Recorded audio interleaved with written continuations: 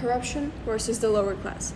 Why do the rich keep getting richer while the poor struggle just to survive? Every year, over $1 trillion is lost to corruption globally, according to the World Bank. This growing figure isn't just a number, but a reason for millions of stolen futures, broken systems, and shattered lives. For many people, especially in countries with dominant corruption like India, South Sudan, and Venezuela, this isn't some distant issue. It's a reality that is embedded in their everyday lives. Corruption robs the lower class, not just of money, but of opportunities, dignity, and hope. My central message is this. Corruption is a global injustice that disproportionately hurts the unprivileged and must be addressed through accountability, transparency, and collective action. For example, in 2013 in Malawi, the CashGate scandal exposed how government officials embezzled millions meant for public services like healthcare and education. Many families like Esther's, an agricultural laborer and mother of three, were barely surviving, while corrupt politicians, relaxed in their luxury homes, never once burdened by the fear of how they'd feed their children. Esther counted every coin to afford school books and meals. Despite her hard work, her children had no access to basic resources because of the funds meant to support them were used to fill the pockets of their government. This isn't just a theft, it's a betrayal by their own country. Corruption steals more than money, it steals futures. Consider Thailand, when a national fund was created to help low-income HIV/AIDS patients across all 76 provinces. Investigation later found that in 49 of these provinces, local officials had misused the funds. Out of $3.2 million, about 85% was stolen. These weren't just numbers, they were life-saving medicine denied for marginalized communities. In Haiti, after the devastating 2010 earthquake, the American Red Cross raised nearly $500 million for relief efforts, but later investigation identified that only 6 permanent homes were built after the money was raised. 6 homes. Meanwhile, entire neighborhoods lived in tents, children died of preventable disease, and schools were never rebuilt. In these examples, corruption shows its true face as a silent killer of progress and the enemy of human potential. In many parts of the world, corruption is so deeply rooted that even accessing basic services is unavailable without a certain price.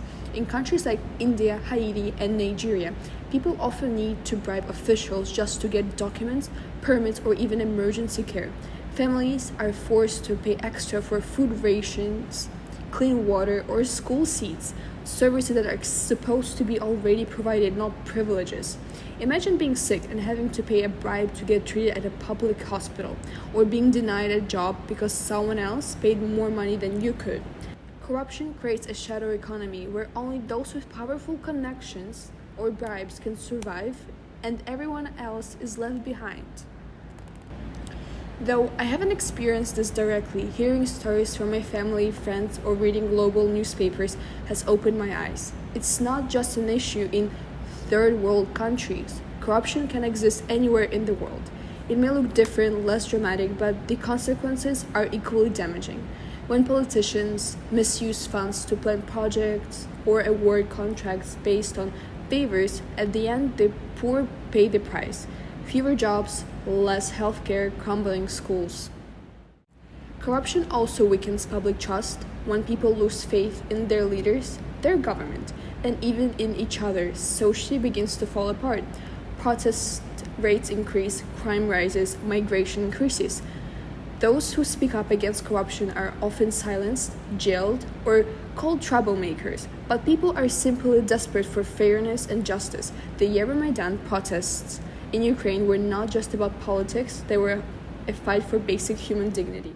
When billions were stolen and healthcare was collapsed, when pensions were so low that the elderly couldn't even afford half a month of living expenses despite minimizing them, the people had had enough. Ordinary Ukrainians led a 3-month-long protest during the coldest winter month. Despite facing bullets, tear gas, and freezing temperatures, they stood their ground, demanding accountability and fairness from the government that was heavily corrupt.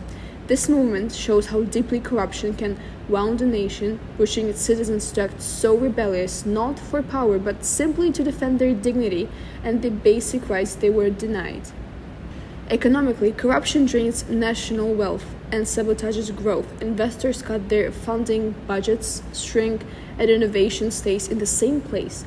The World Economic Forum states that corruption adds up to 10% to the cost of doing business globally. For low-income nations, this is a tragedy. It means fewer jobs and higher prices.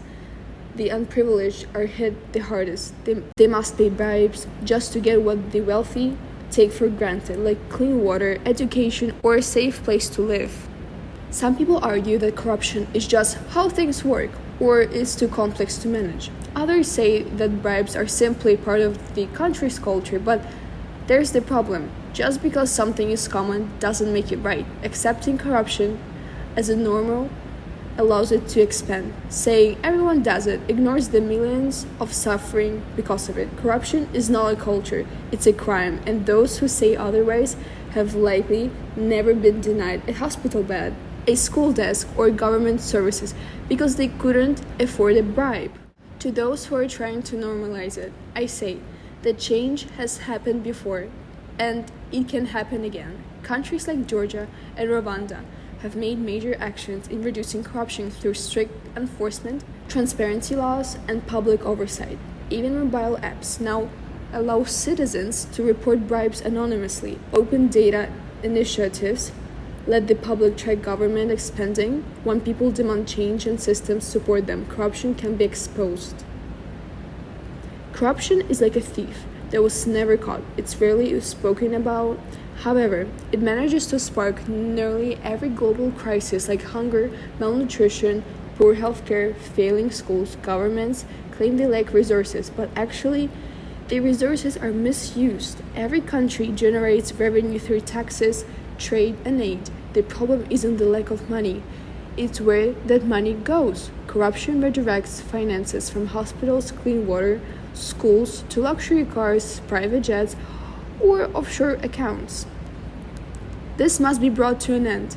We must speak up. We must educate ourselves and others. We must refuse to participate in bribery, even when it seems tempting.